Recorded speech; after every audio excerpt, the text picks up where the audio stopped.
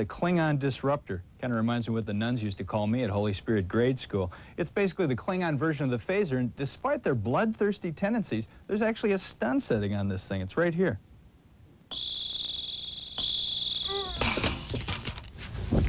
Lighten up, Frank. It was only on stun.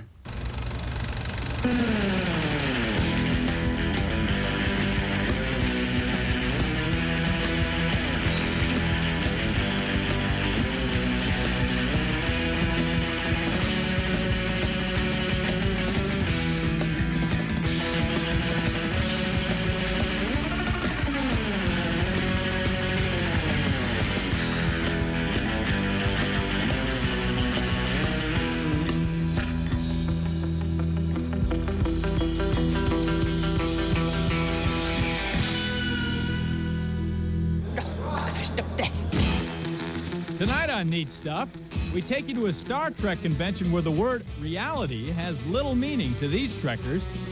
You'll meet the world's foremost Star Wars collector who likes to think of his Los Angeles home as Skywalker Ranch South. And we'll show you a store on LA's famed Melrose Avenue devoted to toy robots, where we'll have a surprise encounter with a full-sized automaton from television's past. Warning, warning. Joining us are our resident couch potatoes, Pat Carroll and Dave Nuttycombe. Yes, that's his real name. Special guest, Susan Olsen. You knew her as the youngest one in Curls, Cindy, on the Brady Bunch. And that's me, Jim Leinfelder. Beam us up, Scotty. I'm from Pegasus 5. I'm on vacation. This is my only hobby, Star Trek. Man, I can't believe all this stuff. Come on down here. What is it about Star Trek that sustains our imagination over all these years? I mean, in an era when a space shuttle flight barely gets you 30 seconds on the evening news, hundreds of Trekkies will make pilgrimages to conventions like this one in Burbank, California, where they revel in imaginary space travel.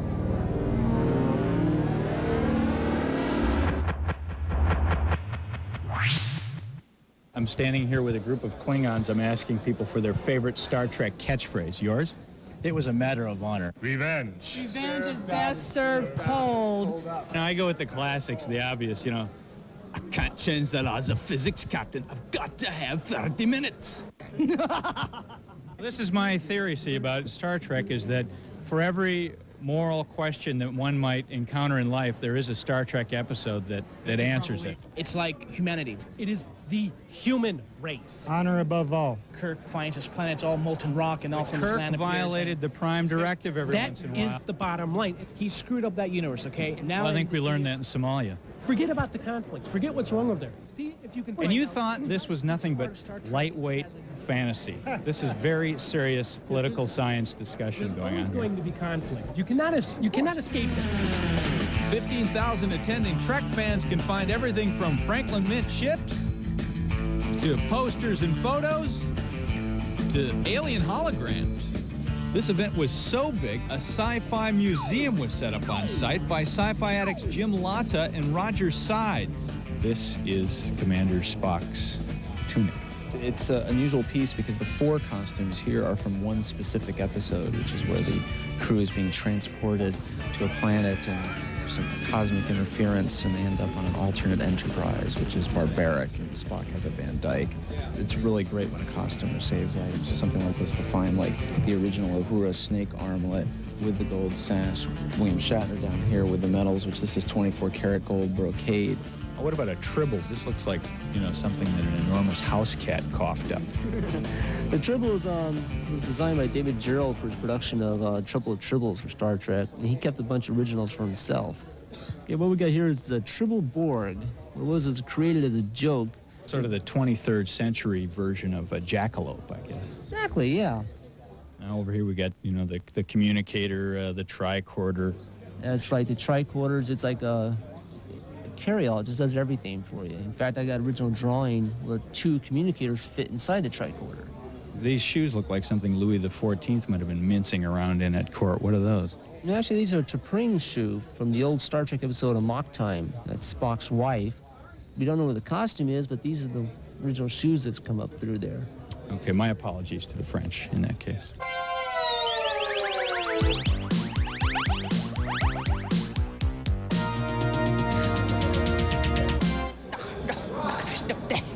Okay, now here we have the Klingon dictionary, which, for those of you who don't speak fluent Klingon, Bang Yaz Iyo Pu. I accidentally killed the officer.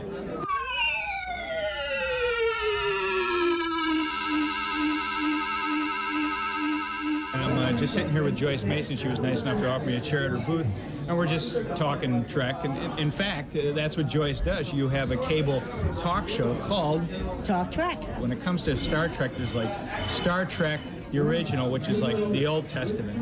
Then you got Star Trek, the Next Generation. That's like New Testament. And then the other shows, I don't know, they're like Mormons maybe or something. You pointed out a distinction to me Absolutely. between a Trekkie Right. and a Trekker. Right. Explain that. Okay, the Trekkie is the person who wears Spock's ears and believes he's Spock. The Trekker wears the Spock ears and loves the Enterprise, but he knows he's not going to be beamed up Okay. because he knows he's not Spock. So one is a pathology and the other one's a hobby. Exactly.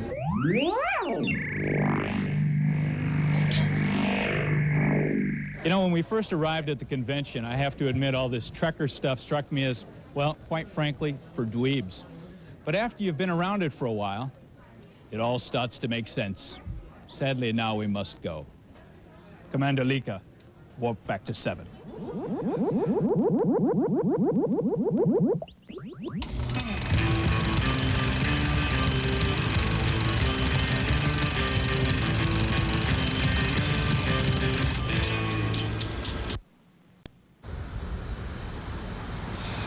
Now here it is, the Los Angeles Bureau of the Wall Street Journal.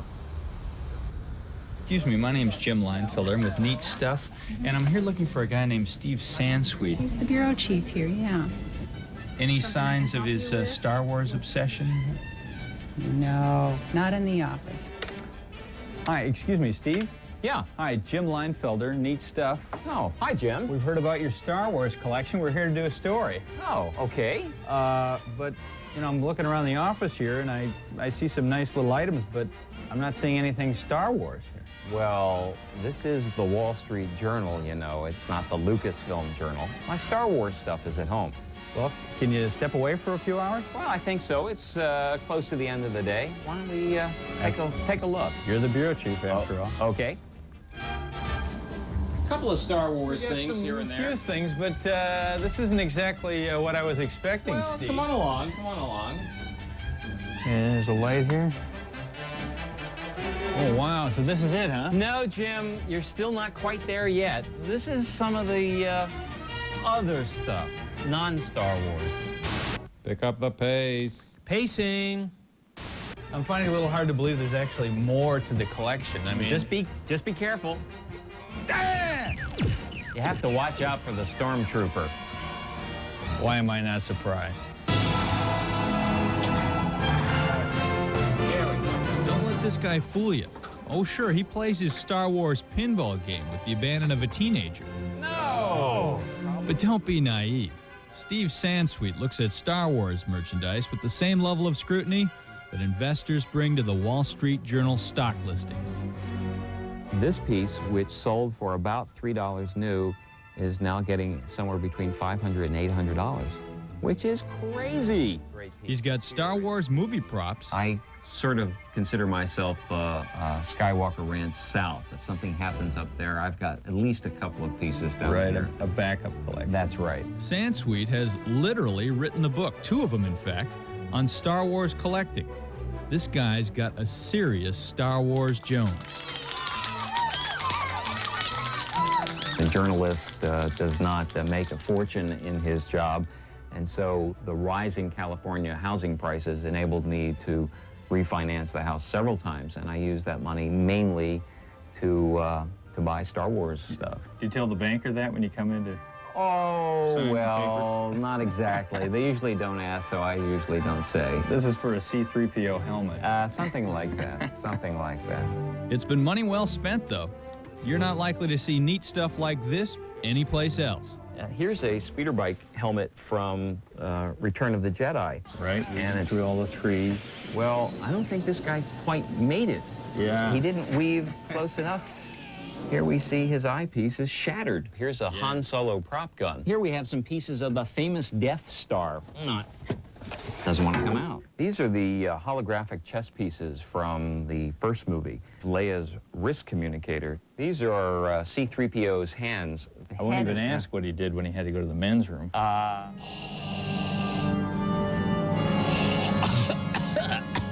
This, of course, is the father, Yes. Darth Vader. This costume was actually used in the making of The Empire Strikes Back.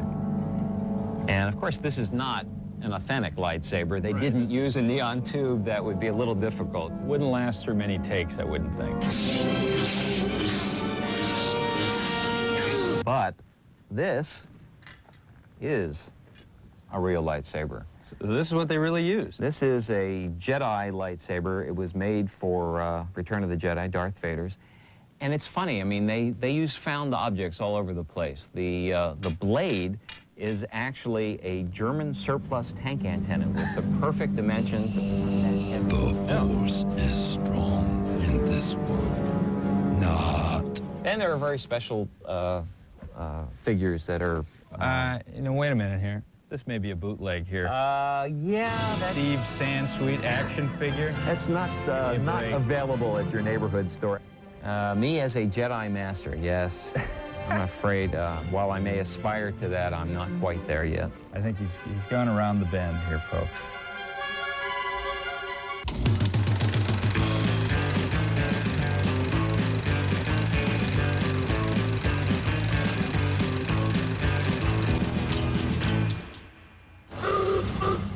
Bring out your neat stuff. Bring out your neat stuff. If it's scarce, loud, and distasteful, we want to see it.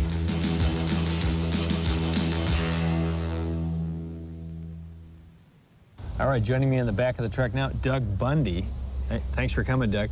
Doug is a Star Wars collector, a Star Wars enthusiast from way back when he was young, as opposed to the advanced age he's reached now. But the most significant thing is what grew out of this that his father built for him, his very own X-Fighter. When you were what age, would you figure? I got it for Christmas when I was 8. Wow, every kid's dream. But he didn't just stop there. He didn't just play with it. No, no, no.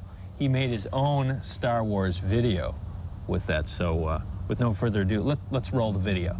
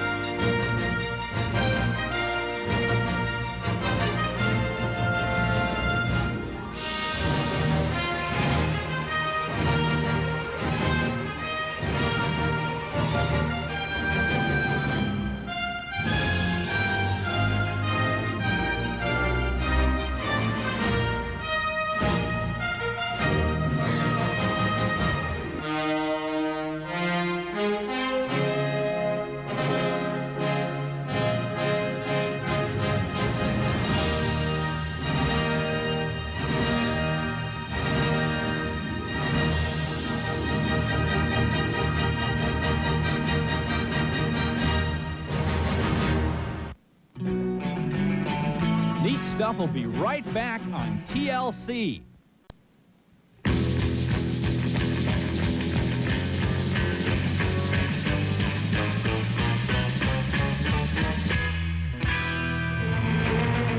Major Alexander P. de Seversky, one of aviation's most far-sighted pioneers, unveils his latest brainchild. This strange device is a model of his Ionocraft, a flying platform which he says could be put into operation 60 miles above the Earth. It draws its propulsion energy from the sun or light sent from the Earth. The top of the platform is energized and power is drawn from the bottom. The smoke shows how the platform, with no moving parts, creates its own lift. The Major says one platform above New York, another above Los Angeles, would permit direct television communication. It could intercept intercontinental missiles. The inventor says the Ionocraft would throw a curtain of safety around the U.S.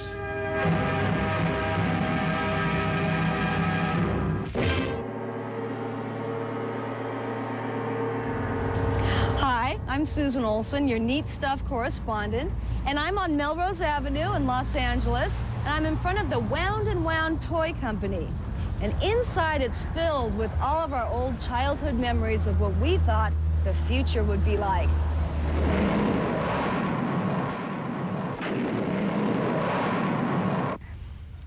Hello, Hi. Jody. How you doing? Hi, I'm Susan Olson for NeatStuff. You're from...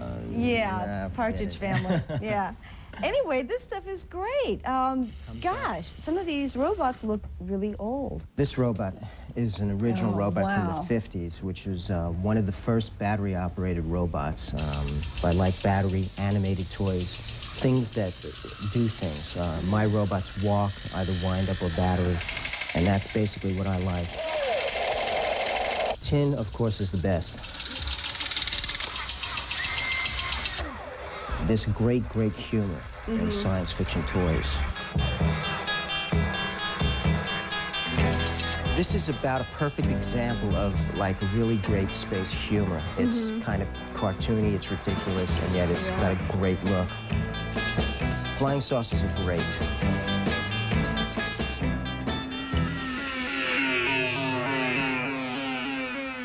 This is one of my favorite toys. This is Strange Explorer, and when you turn it on, let's see, you have... Oh my gosh. It rolls over and you have your really bad, cheesy King Kong comes out. And that's why I like it so much, because it's so bad. I had a very nice robot at one time, but he got a little bit too loved. So first his arm came off, then his leg came off, and his face got bashed in, and he ended up in the trash. I want one of these.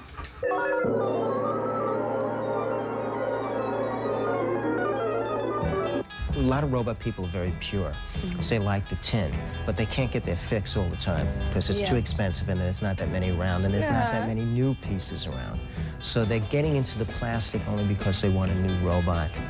And there's one piece at the end that's kind of fun. It's this red piece right here, which is very typical of an older robot from the 50s. That's what my robot looked like. And this is plastic with a tin chest, but the reason this is a great robot, it's made in Russia. Yeah, wow. Which is kind of very unusual to have. Wow. It's a Russian piece. Well, he's red, see? Putting everything in perspective, these are not just toys, they're an art. Jim, what are you doing Susan. here? I'm just doing a little shopping. I thought this was my segment. Oh, it is. I'm just here to pick something up.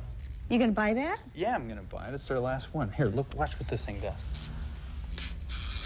Oh, it's so cute. Warning, warning, alien approaching. Oh my gosh, I don't believe it. It's the robot from Lost in Space. Affirmative. Wow, you're right. Hey, Robot, what have you been up to since they canceled the series? What, dinner theater? Negative. Jim, Susan, I have been making guest appearances on programs such as this one. After all, according to my calculations, I am the mechanical embodiment of NeatStuff. Oh, you are. Affirmative. Being a Brady, that was fun, but deep down inside, I always secretly fantasized about being a Robinson. I just loved all those space adventures. They looked like so much fun. Negative. While you Bradys were safe in your AstroTurf backyards, the Robinsons and I were being chased by interplanetary hillbilly werewolves and attacked by a large humanoid carrot. You know, when you think about it, he had a point. I think you were better off in the backyard with Alice. Hey, Robot, great to see you. You haven't changed a bit over the years. Keep up the regular lube jobs. You know, I think I had one of those humanoid carrots in my salad earlier. I think you did. Oh, warning, warning, warning, Will Robinson. Warning, Dr. Smith. Warning, Jim. Warning, Susan. It's NeatStuff.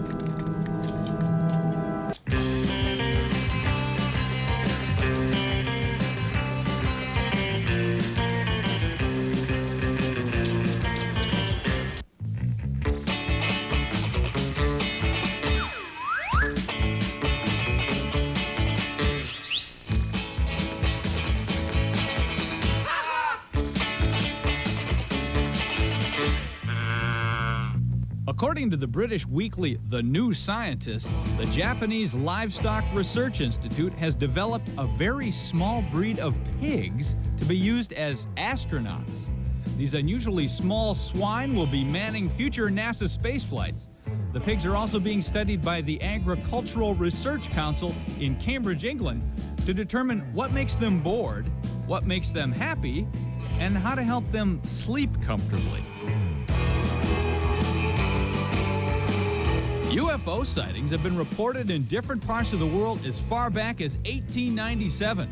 That year, a Kansas farmer named Alexander Hamilton reported seeing a 300-foot cigar-shaped object hover over his cow pasture, lasso one of his cattle, and fly off with the purloined bovine.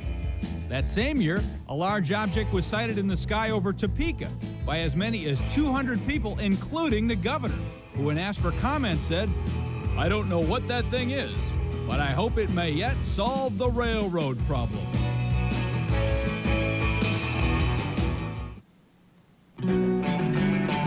Neat Stuff will be right back on TLC.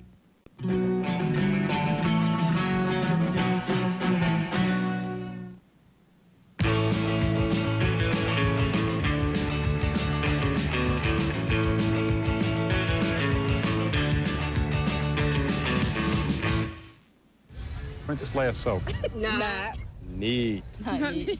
I used to have some of that. Oh, yeah. I had Luke. Yeah, so it's pretty neat. Not neat. Not neat. Not neat. Fat boy. Not. Neat. Nah. Oh, neat. What is he? It borders on offensive. Oh, no. If her first word is neat, you win $100. By the way. All right. There We we know go. that was neat. Yeah. That's neat, isn't it? You know, there's so much neat stuff that relates to science fiction. In fact, you know, back where I live in Portland, Oregon, they've got an entire museum devoted to UFOs. Warning, warning, Jim Leinfelder. Your time is running out. Yeah, I can read a watch, pal. Huh? That's how Dr. Smith used to handle this guy. You bubble-headed booby. See you next week.